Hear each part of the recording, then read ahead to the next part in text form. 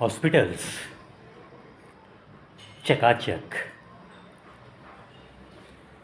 अगदी चालताना स्वतःचं प्रतिबिंब दिसावं अशा फरशा वापरल्या,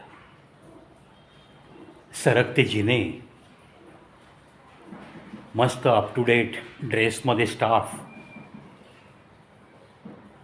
कॉम्प्युटर सिस्टीम, अतिशय शिस्तीत चाललेलं एखादं मोठं हॉस्पिटल पाहिलं आहे ना.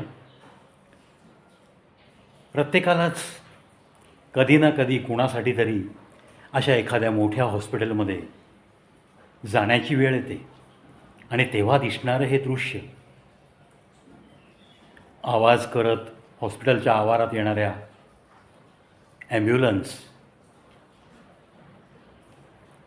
त्या कॅज्युअल्टी सेक्शनमध्ये चालू असलेली वेगळीच गडबड,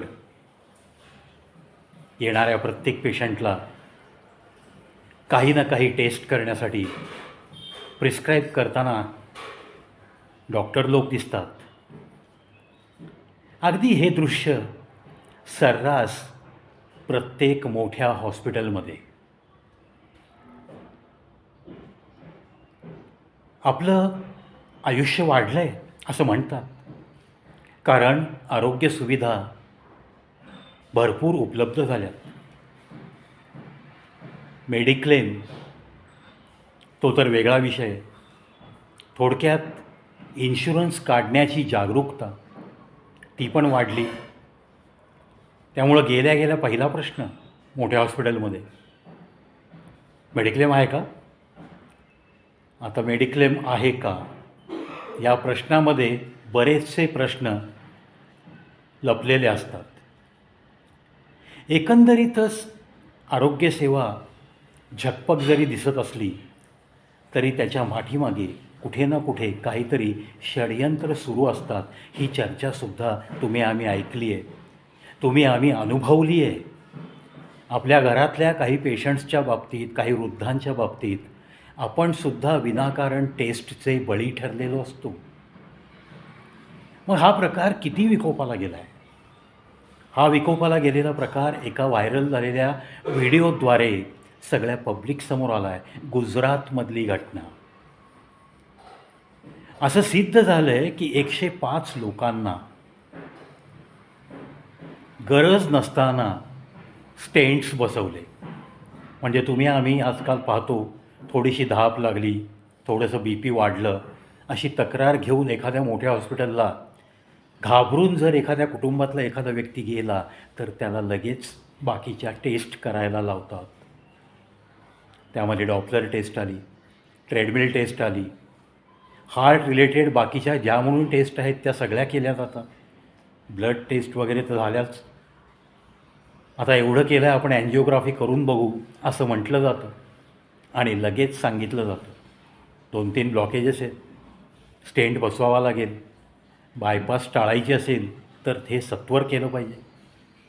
पेशंट घाबरून जातो, कुटुंबीय घाबरलेले असतात, लगेच आहे त्या फॉर्मवर सह्या देतात.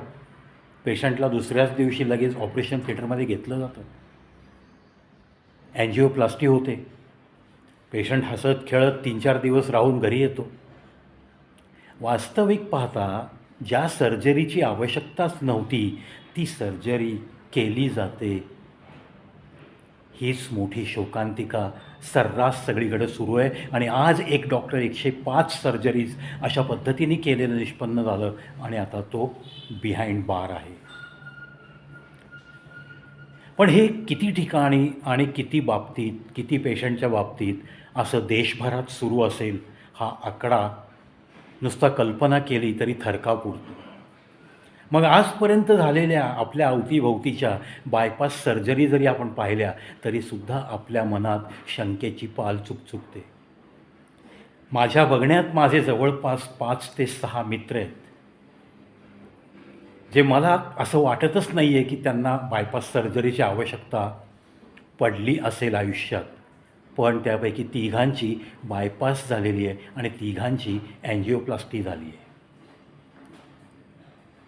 त्यामध्ये सगळे मित्र क्वालिफाईड आहेत. एक तर वॅक्सिन सेंटरला काम केलेली व्यक्ती सायंटिस्ट आहे आणि वजन फक्त 52 किलो वजन आहे. तरीही हार्ट पेशंट म्हणून डिक्लेअर केलं, अँजिओप्लास्टी केली, कायमच्या गोळ्या घेतो आहे. तो स्वतःसुद्धा आश्चर्यचकित होतो आहे. मग त्याची समजूत काढली आफ्टर कोरोना, असं खूप लोकांना झालं आहे वगैरे. पण मग आता अशा गोष्टी जेव्हा गुजरातच्या बाहेर येतात, एक डॉक्टर जेव्हा बिहाइंड द बार आहे, जेलची हवा खातो आहे, तेव्हा मग मला अशा गोष्टींविषयी शंका यायला लागते. मलाच काय तुम्हालाही येईल.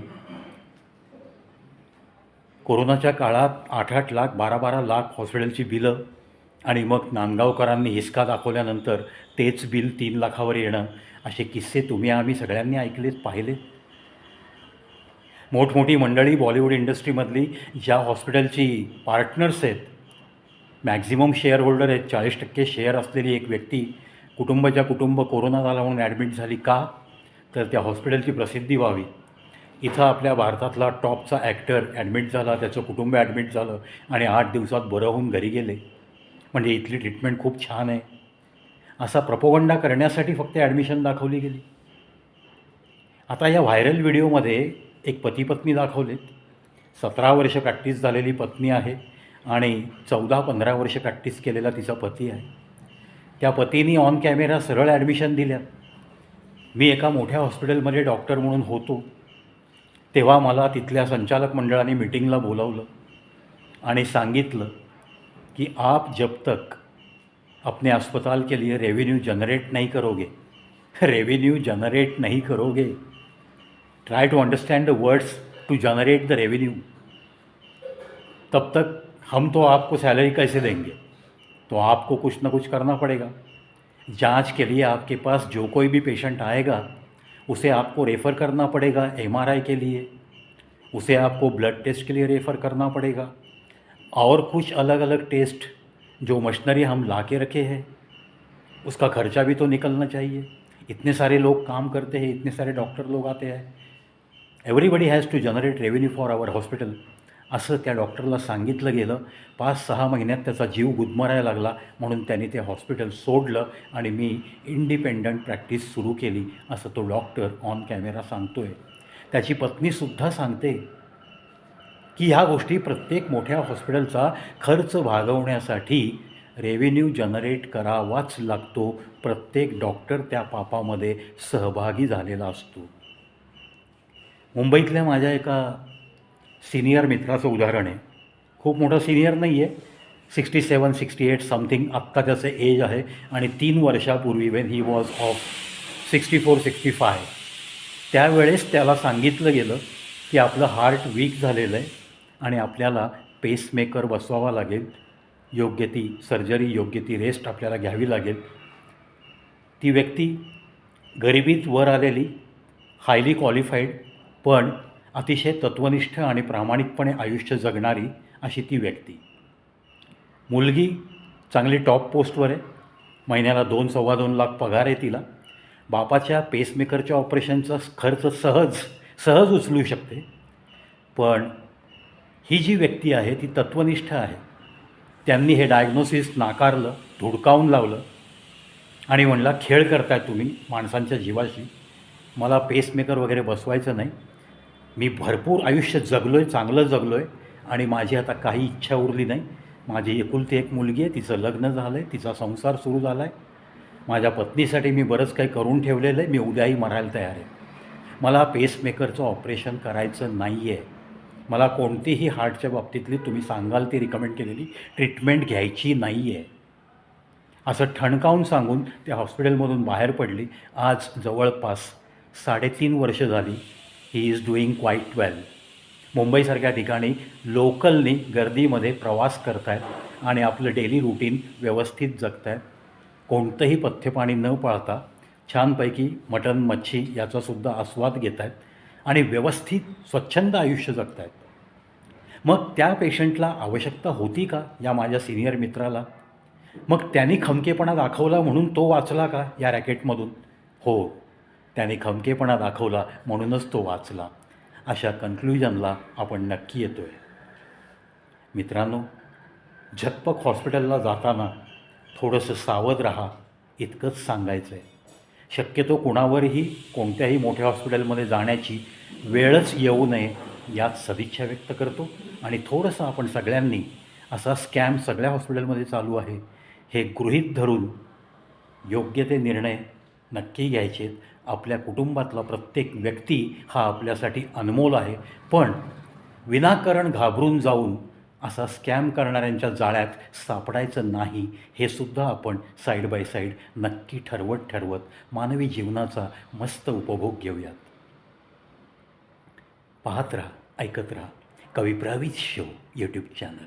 अशाच विविध विषयांवरचे 9440 व्हिडिओचा खजिना.